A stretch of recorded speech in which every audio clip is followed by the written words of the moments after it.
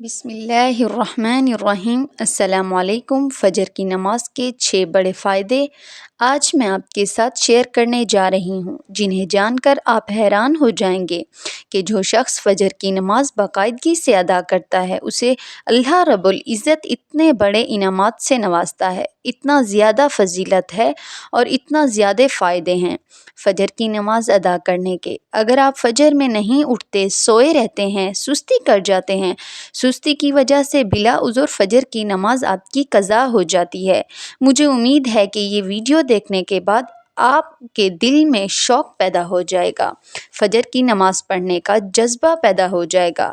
آپ کی سستی کی وجہ فجر کی نماز بلا عذر کبھی بھی قضا نہیں ہوگی۔ انشاءاللہ باقی جو نمازیں ہیں، ظہر، عصر، مغرب اور عشاء، اس وقت انسان سویا ہوا نہیں ہوتا، اٹھا ہوتا ہے، لیکن جو فجر کی نماز ہے اس ٹائم انسان سویا ہوا ہوتا ہے، اٹھ کر بیدار ہو کر اسے نماز کو پڑھنا پڑتا ہے۔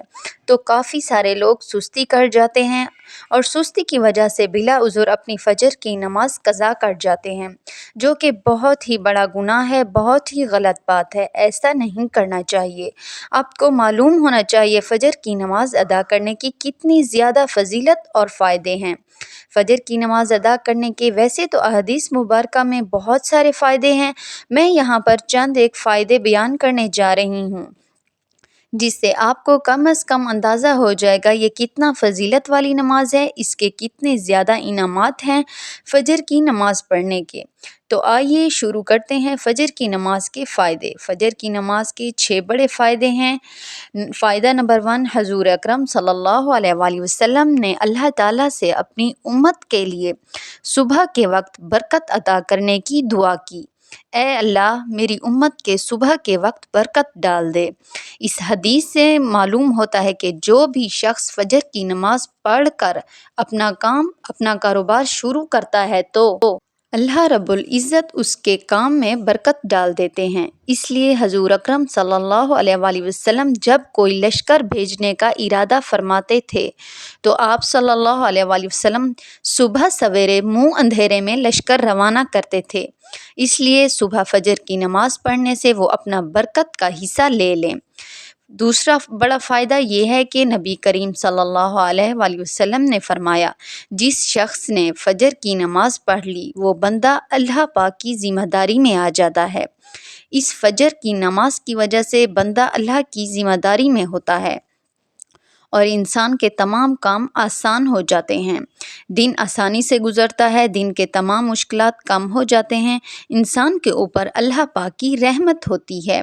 فجر کی نماز کا تیسرا بڑا فائدہ یہ ہے، نبی پاک صلی اللہ علیہ وآلہ وسلم نے ارشاد فرمایا، فجر کی 2 سنت 2 رکعتیں دنیا اور دنیا میں جو کچھ بھی ہے اس تمام سے بہتر ہے۔ ہم دنیا داری کے لیے ہی نماز چھوڑ دیتے ہیں، لیکن اللہ کے نبی کا کیا فرمان ہے۔ فائدہ نمبر 4، فجر کی نماز کا چوتھا بڑا فائدہ یہ ہے، رسول اکرم صلی اللہ علیہ وآلہ وسلم نے ارشاد فرمایا، تمہارے پاس دن اور رات کے فرشتے آتے ہیں اور یہ فرشتے فجر اور عصر کی نماز کے وقت جمع ہوتے ہیں۔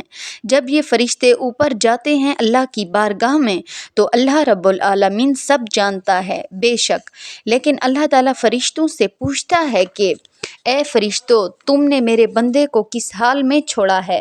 اب فرشتے عرض کرتے ہیں کہ اے رب العالمین، ہم نے تیرے بندے کو اس حال میں چھوڑا ہے کہ وہ فجر کی نماز پڑھ رہا تھا، سجدے کر رہا تھا، رکوع کر رہا تھا، دعائیں کر رہا تھا، جن کے بارے میں فرشتے اللہ کو بتائیں کہ فجر کی نماز پڑھ رہا تھا اور آپ کے سامنے جھکا ہوا تھا، وہ کتنا خوش نصیب انسان ہوگا۔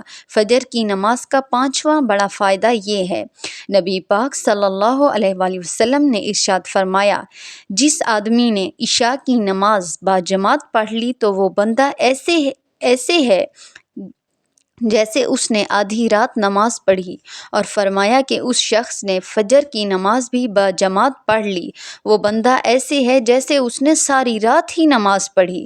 تو یہ کتنی بڑی خوشخبری ہے کہ بندہ رات کو سوئے اور صبح اٹھ کر کچھ وقت کے لیے اللہ پاک کے سامنے کھڑا ہو جائے اور فجر کی نماز پڑھ لے، تو اس پر اللہ پاک کتنا بڑا ثواب دیتا ہے، پوری رات کا ثواب ملتا ہے۔ سبحان اللہ۔ فجر کی نماز کا چھٹا بڑا فائدہ یہ ہے کہ سیدنا بخاری میں ہے کہ نبی کریم صلی اللہ علیہ وآلہ وسلم نے فرمایا، جس نے بردین یعنی 2 ٹھنڈک والی نمازیں ادا کی وہ جنت میں جائے گا۔ یعنی ٹھنڈک والی نمازیں، ایک تو نماز فجر اور دوسری نماز عصر، یعنی ان نمازوں کے وقت، فجر کے وقت سورج تو بالکل نہیں ہوتا، اور عصر کے وقت میں حرارت نہیں ہوتی سورج میں، اس وقت گرمی ختم ہو جاتی ہے، اس لیے اسے ٹھنڈک والی نماز کہا گیا ہے حضور پاک نے۔ جو نماز فجر ادا کرے گا اور نماز عصر ادا کرے گا وہ شخص سیدھا جنت میں جائے گا۔